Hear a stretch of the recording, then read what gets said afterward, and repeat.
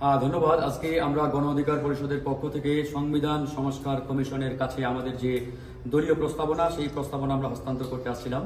তো আজকে সংবিধান সংস্কার কমিশনের প্রধান অধ্যাপক ডক্টর আলী রিয়াজ স্যারের হাতে আমরা গণ অধিকার পরিষদের পক্ষ থেকে আমাদের এই প্রস্তাবনা আমরা তুলে দিয়েছি। তো আমাদের প্রতিনিধি দলে আমি ফারুক হাসান, সদস্য সচিব গণ অধিকার পরিষদ। আমার সাথে রয়েছেন তারেক রহমান, যুগ্ম সদস্য সচিব গণ অধিকার পরিষদ, মোহাম্মদ ফাইসাল আহমেদ, সেক্রেটারি গণ অধিকার পরিষদ ঢাকা মহানগর দক্ষিণ, আমাদের মোহাম্মদ ইমামউদ্দিন, সভাপতি ঢাকা মহানগর দক্ষিণ গণ অধিকার পরিষদ, ইঞ্জিনিয়ার থোয়াই চিনমং চাক, সেই গণ অধিকার পরিষদের কেন্দ্রীয় সদস্য। তো মোটা দাগে আমরা 7 দফা প্রস্তাবনা আজকে সংবিধান সংস্কার কমিশনকে আমরা হস্তান্তর করেছি। তো সেই 7 দফার মধ্যে অন্যতম 3টা দফা যদি আমি বলি, যে আমরা তার মধ্যে অন্যতম আমাদের 3টি দফার একটি হচ্ছে যে একই ব্যক্তি 2 মেয়াদের বেশি প্রধানমন্ত্রী এবং রাষ্ট্রপতি থাকতে পারবে না, এটা সংবিধানে একবারে পরিষ্কারভাবে উল্লেখ করতে হবে। আরেকটি বিষয়, তত্ত্বাবধায়ক সরকার ব্যবস্থা। আমরা মনে করি বাংলাদেশে তত্ত্বাবধায়ক সরকার ব্যবস্থার আন্ডারে যে 4টি বিগত নির্বাচন হয়েছিল, সেই 4টি নির্বাচন ছিল তুলনামূলক কম সমালোচনা যোগ্য এবং জনগণ সেই 4টি নির্বাচনে তাদের ভোটাধিকার প্রয়োগ করে তারা তাদের প্রতিনিধি নির্বাচন করেছে এবং সেগুলোতে বিতর্ক খুব কম হয়েছিল। তো সেই জায়গা থেকে আমরা বলতে পারি যে তত্ত্বাবধায়ক সরকার ব্যবস্থা হচ্ছে বাংলাদেশের জনগণের কাছে একটি বৈধ এবং গ্রহণযোগ্য একটা ব্যবস্থা, সেটা আমরা ফিরিয়ে আনার পক্ষে বলেছি। আরেকটা বিষয়, যেহেতু এই মুহূর্তে প্রায় 2 কোটি প্রবাসী বিশ্বের বিভিন্ন দেশে অবস্থান করছে, তাদের ভোটাধিকার নিশ্চিত করা অত্যন্ত গুরুত্বপূর্ণ। কারণ তাদের রেমিটেন্সের টাকায় বা তাদের রেমিটেন্সে বাংলাদেশের অর্থনৈতিক টাকা কিন্তু আজকে গতিশীল।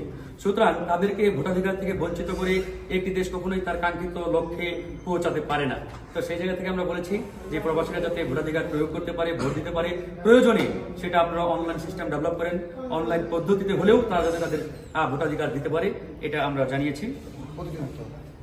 এবং প্রবাসীদের প্রতিনিধি সংসদে নিশ্চিত করতে হবে।